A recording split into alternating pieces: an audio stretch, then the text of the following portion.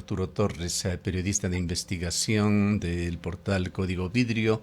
Es colaborador también del prestigioso diario norteamericano Washington Post. Arturo, muy buenos días. Hay preocupación en Cuenca por una embestida del gobierno para tratar de llevar adelante un proyecto minero sumamente polémico, el de Quimsacocha o Loma Larga, y se va generando, se lo escuchó ayer en parte de su discurso por parte de la ministra, esa exacerbación de una dicotomía entre la minería ilegal y la minería concesionada. La minería ilegal, sin duda, y esto lo hemos leído a través de varios artículos suyos y otros análisis que se han dado en Ecuador, es un verdadero cáncer y que sigue creciendo en Ecuador. Pero lo uno no justifica lo otro, particularmente cuando existen razones técnicas y científicas que sustentan la inconveniencia de un proyecto minero. Quisiéramos, compartiendo con usted, conocer un poco más sobre estas realidades duras y complejas que afectan a Ecuador. Bienvenido. Gracias, Gustavo. Muy buenos días. Bueno, sí es preocupante, pero también es previsible, porque el gobierno lo que ha ido es construyendo enemigos a lo largo de lo que han sido sus dos periodos, ¿no es cierto? El primero que ya sabemos que se caracterizó mucho por declarar el conflicto interno armado y todo esto, y luego en esta segunda etapa ya están yendo con mucha más fuerza para ir aplacando las voces que van en contra y que son críticas y que son disidentes sobre este tipo de actitudes, que lo que muestran es una prepotencia, ¿no es cierto?, que va acompañada de una serie de acciones a nivel de leyes, ¿no es cierto?, de aparataje de una batería de decretos ejecutivos. Pero lo de fondo en el tema que usted menciona, Gustavo, tiene que ver con este doble estándar, ¿no es cierto? Porque nosotros sabemos que quienes legalizan lo ilegal son las empresas o las entidades del Estado. Todo lo ilegal se legaliza en la Agencia de Regulación y Control Minero o en el Ministerio de Energía. Entonces, la pregunta de fondo es, ¿qué han hecho ellos para solucionar esto? Y realmente no han hecho nada. O sea, han hecho muy poco para ir como tomando medidas de fondo que nos permitan a nosotros tener una claridad sobre que estas acciones para enfrentar la minería ilegal desde el Estado, porque yo creo que el Estado está contaminado por acciones vinculadas a acciones que son obviamente perjudiciales para las comunidades por las acciones de la minería. Entonces se vuelve una coartada de alguna manera esto de la minería ilegal. O sea, todo está envuelto en este paquete de minería ilegal cuando realmente la actividad está mezclada entre lo legal y lo ilegal. Las empresas, usted bien lo mencionaba, empresas legales se valen de la minería ilegal para seguir explotando porque no hay control del Estado. O sea, hay un control ineficaz y esto permite precisamente que empresas legalizadas, que tienen permisos, que tienen concesiones, estén metidas de lleno en acciones ilegales o en minería ilegal, coludidas con estos operadores criminales, porque saben que el principal responsable del control no tiene la capacidad y muchas veces está cooptado por la corrupción que riegan todas estas grandes corporaciones criminales. La ministra ha ido mucho más lejos. El día de ayer ha calificado a la empresa Etapa IP como mentirosa por una serie de análisis científicos. Son documentos realmente técnicos, científicos, los que Etapa, además, cumpliendo un mandato de una corte judicial aquí en Cuenca, elaboró. Tenía que haberlo hecho con el Ministerio del Ambiente, el Ministerio no colaboró, pero la ministra ha tenido muy duras aseveraciones en contra de Etapa, que por supuesto tendrá que sustentarlas. Entre otras cosas, señalaba que el Ministerio del Ambiente entregó la concesión del Parque Nacional El Cajas a Etapa EP, pero que Etapa se ha convertido en un brazo político del alcalde y que tendría que reconsiderar este tema y posiblemente quitar a Etapa la custodia y el manejo del Parque Nacional El Cajas. Esto es algo extremadamente grave para esta ciudad y provincia, una de cuyas joyas realmente es el Parque Nacional del Cajas, el macizo del Cajas, que ha sido además la fuente de vida, de salud, la fuente de los 4 ríos de Cuenca que dan características tan únicas a esta ciudad. Y a la señora ministra hay que recordarle la historia. Ella está circunstancialmente como ministra de Energía ahora, ha pasado por el ambiente, pero la concesión del Parque Nacional El Cajas a Etapa IP, a su control, se la hizo en el año 2000. Esto fue en el gobierno de Noboa Bejarano. Estaba entonces de alcalde el arquitecto Fernando Cordero Cueva, y se vislumbraba la necesidad, la importancia de manejar bien el Parque Nacional El Cajas, con todos los errores de carácter humano que puedan haberse cometido en esto. El Parque Nacional El Cajas, el manejo de etapa es reconocido internacionalmente, pero la ministra con mucha ligereza ha emitido esta serie de amenazas que realmente han encendido el día de hoy. Se lo puede ver a través de las redes sociales los ánimos de esta ciudad, que exige que se respete esa consulta popular sin que se dé paso a este proyecto minero en Quimsacocha. Pero el problema está dado, la situación es seria. Hay realmente este esquema, esta dicotomía que se genera entre minería legal e ilegal, que se lo continuará actualizando, y además preocupa mucho la firme decisión del presidente Noboa, de la ministra Manzano, de llevar adelante este polémico proyecto a como dé lugar. No queremos quedarnos allí, Arturo.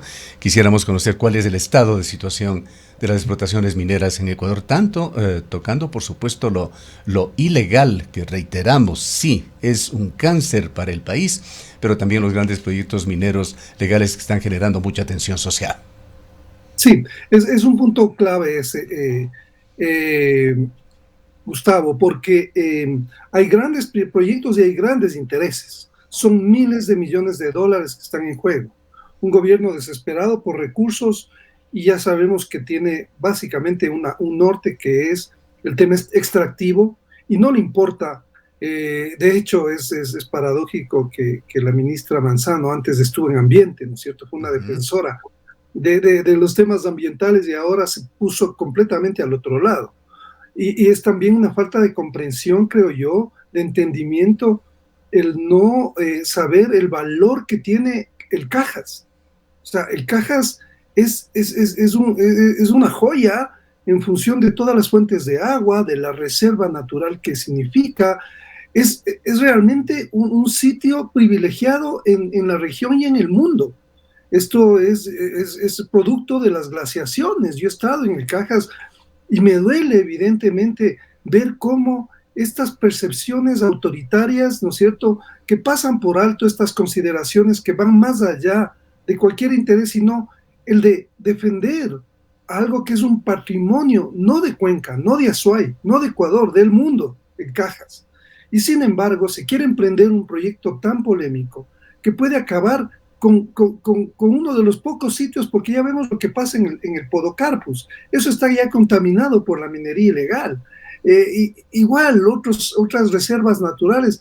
Estamos yendo con este modelo de más allá de que, o sea, es inevitable entrar en el tema de la minería y ya están concesionados algunos proyectos, pero por lo menos de entender que hay una legislación, que hay unos fallos constitucionales que deben respetarse, que hay una consulta que se hizo, que tiene que respetarse. Entonces, juguemos legal, o sea, que las cartas estén sobre la mesa, y sobre eso, pues, respetar la voluntad de la comunidad sobre cómo manejar sus recursos. Esto me parece que es vital, y no veo una voluntad clara del gobierno en este sentido, respetuosa, tolerante de las leyes.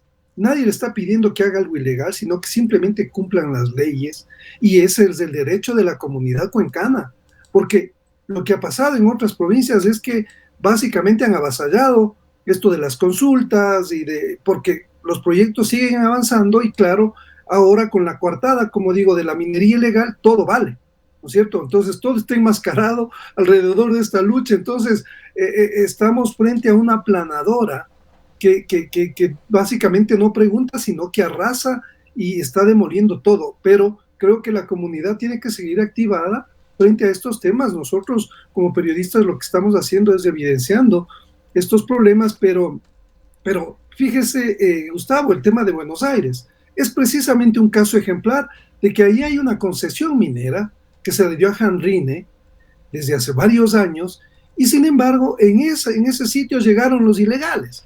Y de ahí es donde sale mucha cantidad de oro. ¿Por qué? Va hacia el sur, donde se procesa ese oro, hacia Portobelo, va hacia Zaruma, a donde están las plantas de beneficio, ahí se procesa el oro. Pasan 900 kilómetros de esos camiones cargados de cientos y miles de toneladas de mineral aurífero, y nadie ve nada, nadie hace nada, son casos esporádicos. Entonces, hay una responsabilidad directa del Estado en esta situación. Ellos están lucrando de esta corrupción.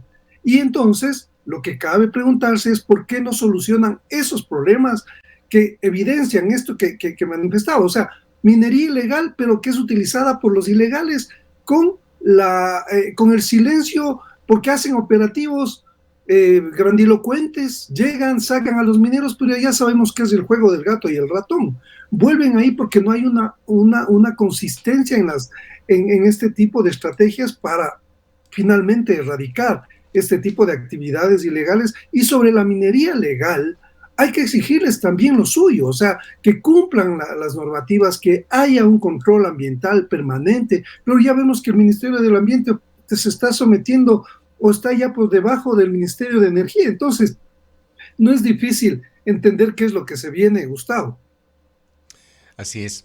Y las pinzas se van cerrando. Hay una estrategia bastante clara del gobierno nacional de ir tomando control en todos los órdenes. Allí está ya esa ley de áreas protegidas, ley que le permite a la señora ministra con tanto desparpajo atacar de la forma en que lo hizo el día de ayer a Etapa, calificarla de mentirosa, calificarla de brazo político del alcalde, amenazar con quitarle la concesión, el control del Parque Nacional El Cajas. Y se viene otra norma que merece lectura también, esta ley orgánica para el control de flujos irregulares de capitales, que va a poner en entredicho a varias fundaciones, muchas de ellas muy importantes en Ecuador, que trabajan por el medio ambiente. Se va extendiendo este control total, se va enardeciendo también un poco la situación de Ecuador por una falta de seguridad jurídica que se vislumbra. Empiezan ya ataques contra la Corte Constitucional, que va a tener que considerar la forma en que esta Asamblea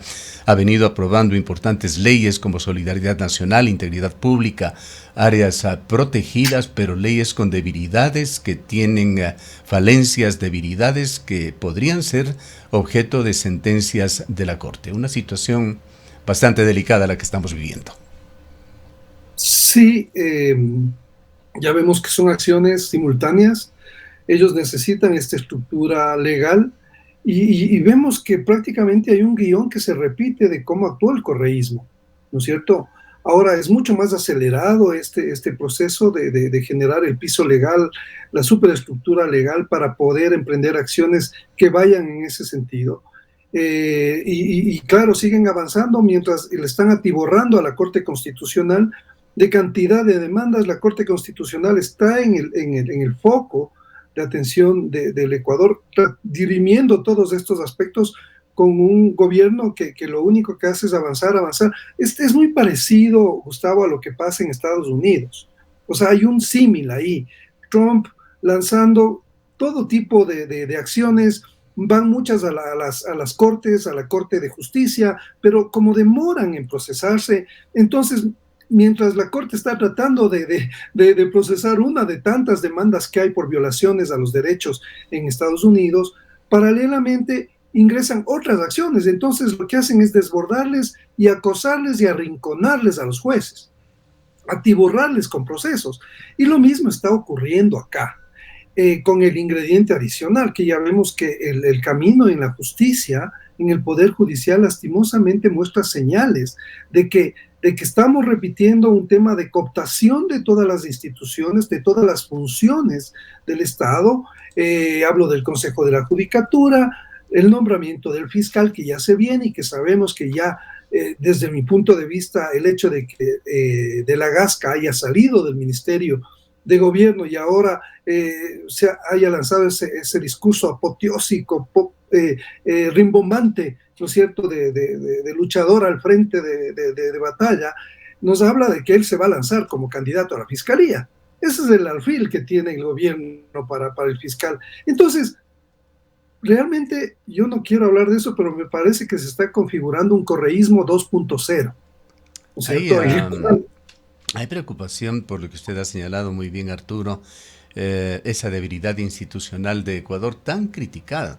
Se habló mucho en campaña, son compromisos reiterados del presidente Noboa de desaparecer al Consejo de Participación Ciudadana y Control Social, pero ahora se privilegia más bien su control, su manejo, así como el Consejo de la Judicatura. Hay declaraciones muy preocupantes de miembros de ese debilitado Consejo de Participación Ciudadana que hacen advertencias, llamados a la ciudadanía, a la academia y gremios de abogados para que vigilen estos procesos institucionales que ahora se acoplan o se van acoplando a las circunstancias gubernamentales actuales. Así es, yo creo que no se están aprendiendo las lecciones del pasado, o si no veamos lo que ocurre ahora, qué sé yo, 7, 13, 15, 16 años después con el correísmo, hay una implosión del correísmo.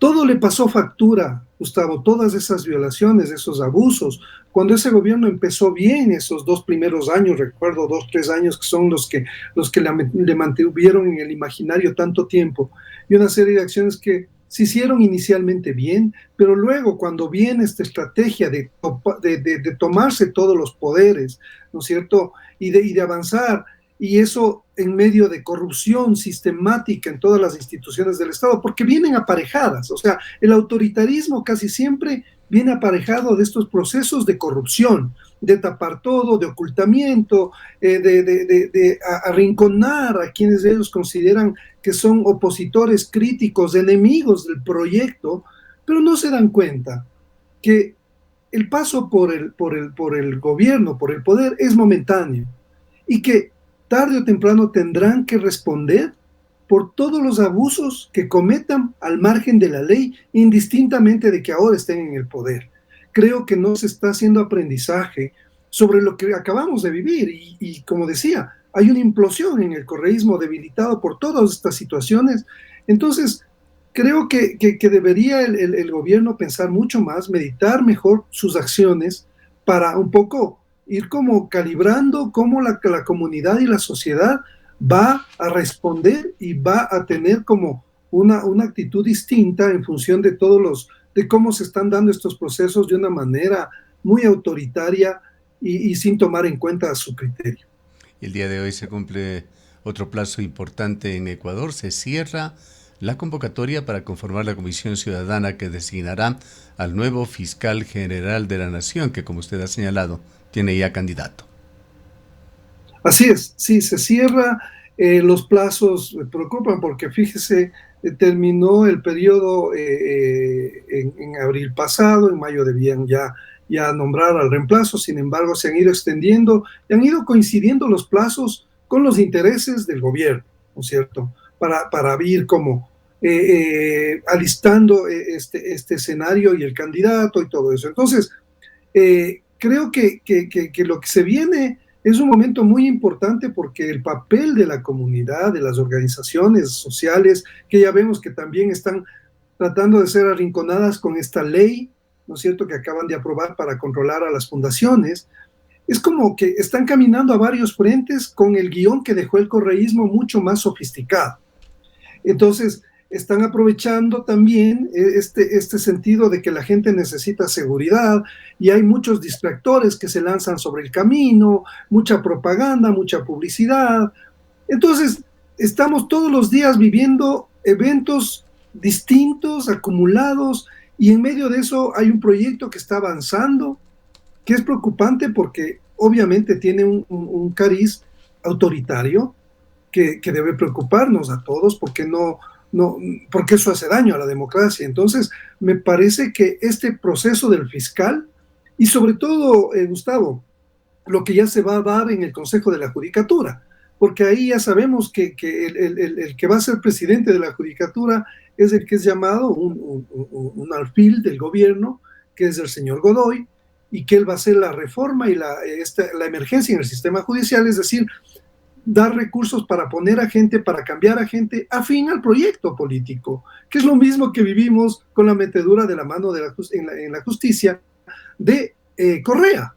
Entonces, es como, ya sabemos, porque tenemos esto, pero creo que la capacidad de respuesta de la sociedad debe ser mucho más activa desde diferentes campos, desde la academia, desde otros sectores que se involucren y no permitan que pueda avanzar algo que esté al margen de la ley y la Constitución. Bien, culminemos con breve comentario y análisis, Arturo, sobre la labor que periodistas como usted, medios de comunicación como los que usted colabora y la prensa en general en Ecuador tiene que cumplir siempre en esa vigilancia, en esa notaría de el poder, sin desconocer, por supuesto, que habrá cosas buenas y que destacar en su momento del gobierno de Noboa, pero tenemos que hablar de estos temas, tenemos que generar conciencia en la gente, en nuestras audiencias. El comentario final que le pedía, o que quiero pedirle sobre la libertad de expresión en Ecuador, cómo se encuentra la situación.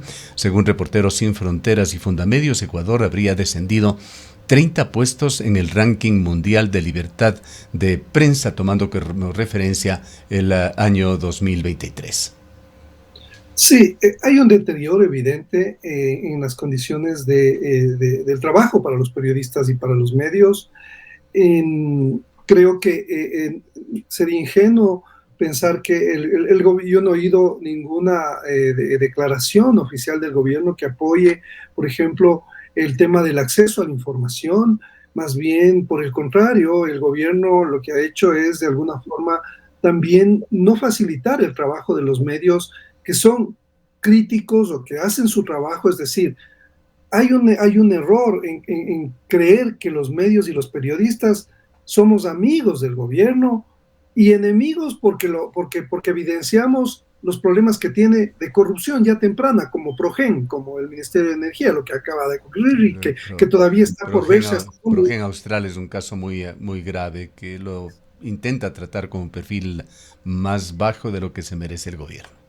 Exacto, o sea, si no fuera por la prensa no se conocería, y un gobierno que realmente sea democrático y tolerante lo que haría es agradecer más bien que se ha identificado estos focos de corrupción que están en este gobierno, porque el problema de la corrupción es un problema estructural que atraviesa todo el Estado y eso también le topa a este gobierno, y para eso está la prensa.